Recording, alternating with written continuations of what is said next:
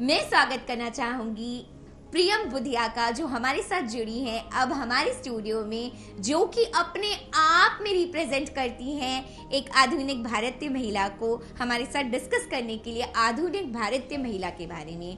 प्रियम के बारे में मैं कुछ बोलूं उससे पहले मैं प्रियम के मुंह से ये सुनना चाहूंगी कि प्रियम की क्या परिभाषा है मॉडर्न इंडियन वुमेन की।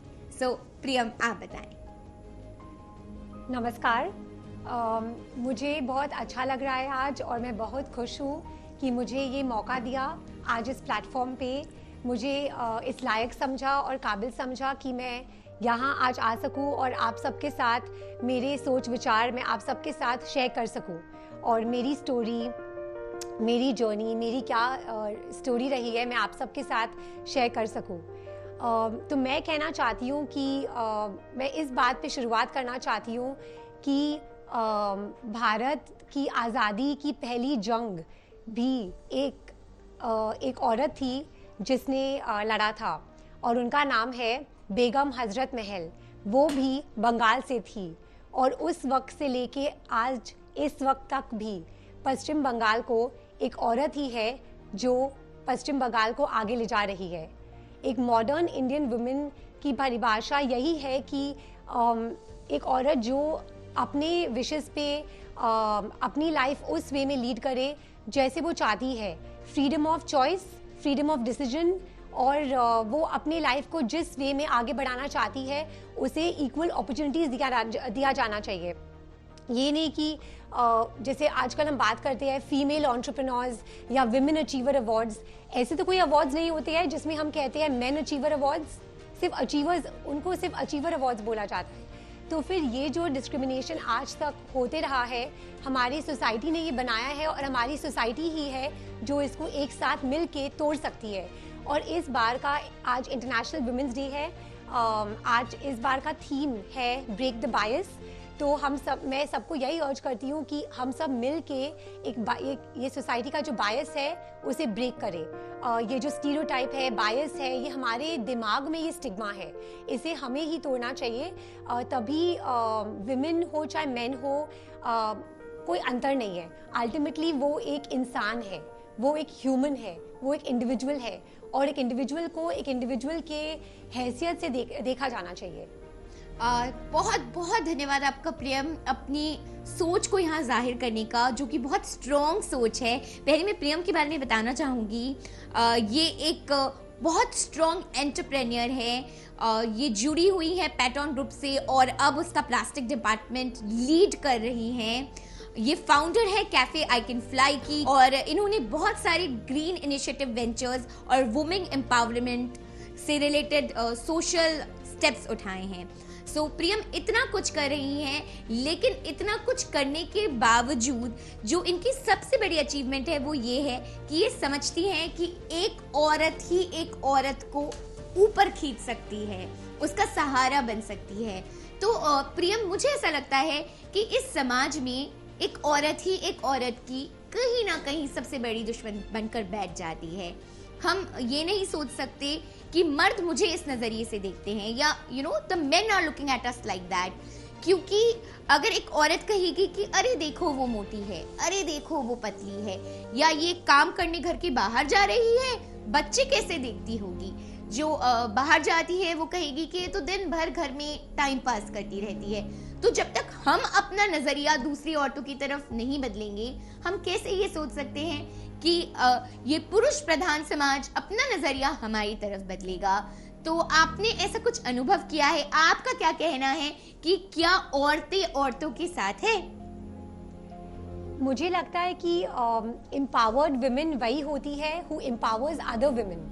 जैसे कि अगर हम देखें कि अगर हमारी माँ है जो से she may be 50-60 years old, और वो अभी भी सोच रही है, ये मैं सबकी माँ के लिए बोल रही हूँ, अगर वो अभी भी सोच रही है कि वो कोई पैशन है जिसको वो परस्यू करना चाहती है, या कोई कॉलीग है जिसने अपने काम के जगह में कोई हरासमेंट फेस किया हो, या कोई आपकी वाइफ हो, वो एक डिफरेंट सिटी में जाके उसे एक नया जॉब करने को एक मौका मिल रहा है, तो हमें उन्हें पुश करना चाहिए.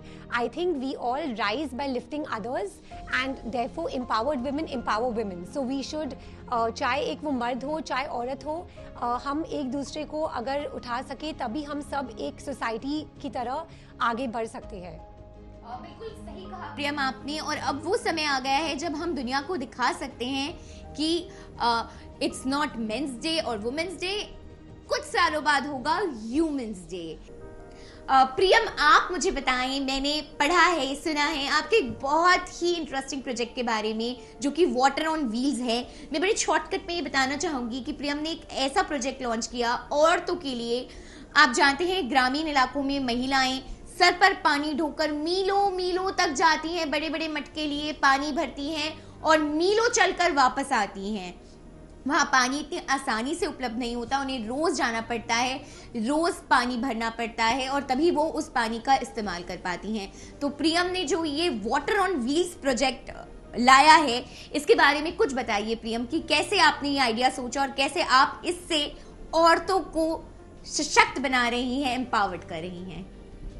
सो ये प्रोजेक्ट, जैसे युक्ति ने कहा, मैं अपने फैमिली बिजनेस जो मेरे ग्रैंडफादर और फादर ने चालू किया और बढ़ाया, पैटर्न ग्रुप, मैं उसकी एक हिस्सा हूँ. मैं प्लास्टिक्स डिवीज़न देखती हूँ. प्लास्टिक्स डिवीज़न के अंदर 4 साल पहले मैंने एक डिवीज़न लॉन्च किया जिसका नाम है सस्टेनेबिलिटी और इनोवेशन वर्टिकल. और इस वर्टिकल के अंदर मैं और अपनी टीम के साथ मैंने एक प्रोजेक्ट लॉन्च किया जिसका नाम है वाटर ऑन व्हील्स या रोलर टैंक्स. सो क्या होता है कि रूरल इंडिया में गांव-गांव में विमेन एंड चिल्ड्रन को रोज दूर दूर चल के जाना पड़ता है पानी लाने के लिए, पीने की पानी या नहाने के लिए पानी, कपड़े धोने के लिए. ये बकेट्स में वो ले जाते हैं जो अपने वो ऐसे साइड में पकड़ते हैं या सिर पे पकड़ते हैं. और ये जो बकेट्स होती है ये 18 लीटर की बकेट्स होती है.